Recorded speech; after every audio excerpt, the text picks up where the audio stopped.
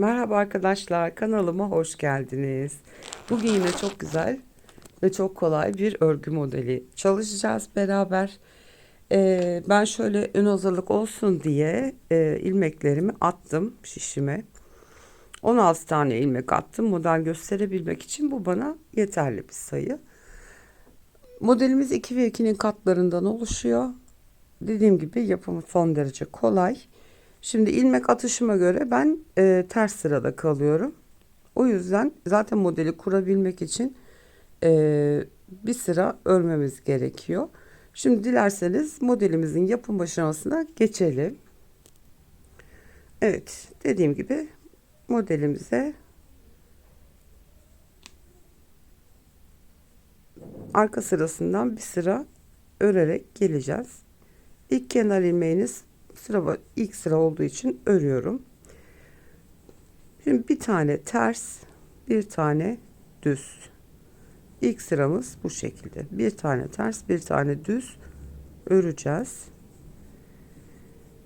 Bir önceki videoda yalancı Selanik modeli göstermiştim.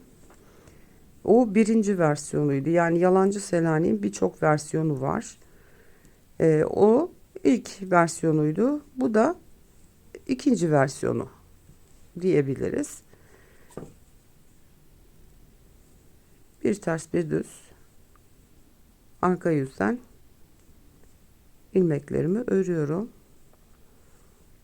Kenar ilmeğini sonda örmeden şişime aktarıyorum. Sıra başındayken kenar ilmeğini düz olarak örüyorum ben. İlk gelen ilmeğim ters. Onu ters olarak örüyorum. Düz ilmeğimi şişteki ilmekten değil, bir altındaki ilmeğin içine batarak düz örgü örer gibi örüp şişten çıkartıyorum. Bir tane tersimizi örüyoruz. Düz ilmeğimizi şişteki ilmeğe batmıyoruz. Bir altında ördüğümüz ilmeğin içine. Bakın şurada. Bir alt sıradaki ilmeğin içine batıp düz örgü olarak örüp şişten çıkartıyoruz. Bir tane tersimizi örüyoruz. Düz ilmeği bir alttaki boşluktan batıp örüp şişten ilmeği çıkartıyoruz. Ters örüyoruz. Düzü bir alttan batıyoruz. Tersimizi örüyoruz. Düz ilmeği alttan batıyoruz. Tabi şimdi ilk sıralar olduğu için pek bir şey anlaşılmayacak. Birlikte birkaç sıra örünce daha net anlaşılacaktır. Düz ilmeği bir alttaki ilmekten batıp ördüm ve kenar ilmeğini örmeden alıyorum. Başlarken örüyorum ben kenar ilmeklerini. İlk ilmeğim ters. Bakın şimdi biraz daha belirgin. Düz ilmeğin içine bir alta batıyorum. Tersimi örüyorum. Düzü bir alt boşlukta.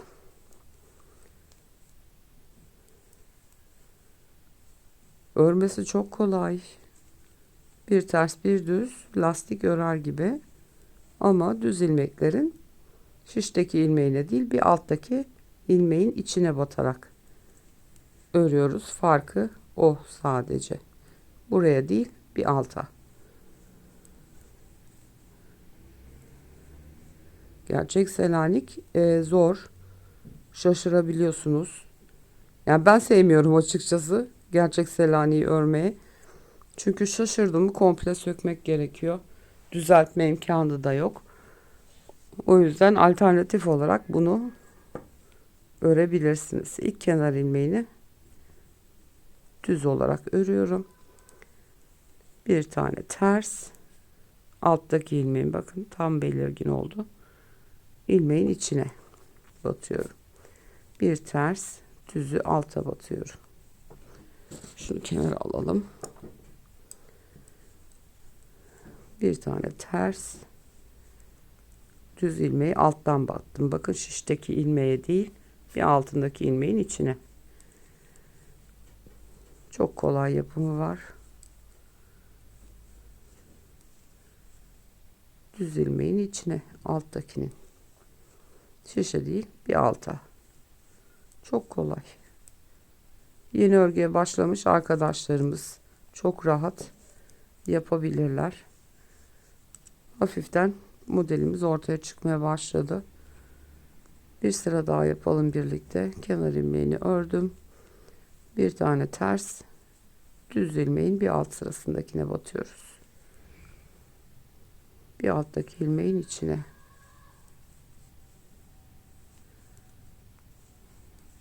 Örülüşü çok basit arkadaşlar, gördüğünüz gibi.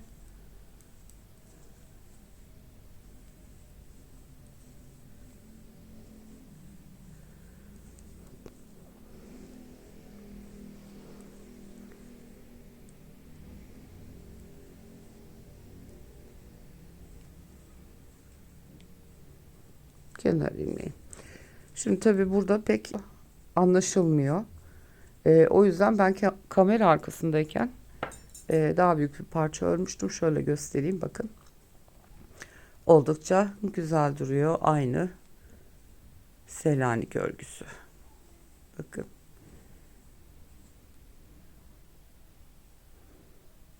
Bir önceki videoda biraz daha farklı bir örülüş şekli vardı. Bunun örülmesi de bir ters bir düz lastik gibi, ön yüzü arka yüzü aynı ve oldukça esnek bir yapı.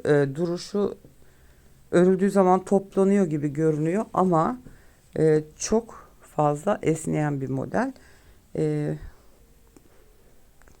Yapımı bu şekilde arkadaşlar. Umarım beğenmişsinizdir.